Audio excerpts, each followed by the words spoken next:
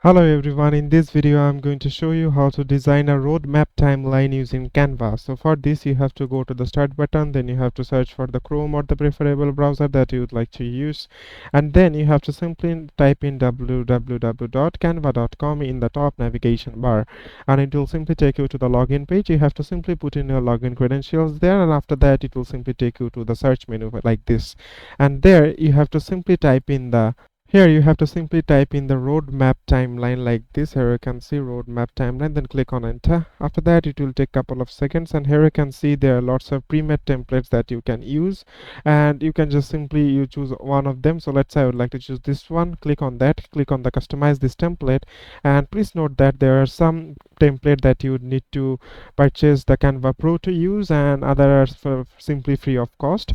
And here you can see that the page is already loading, and here it will get the option of timeline here. So just simply choose a section from here and edit that as much as you want.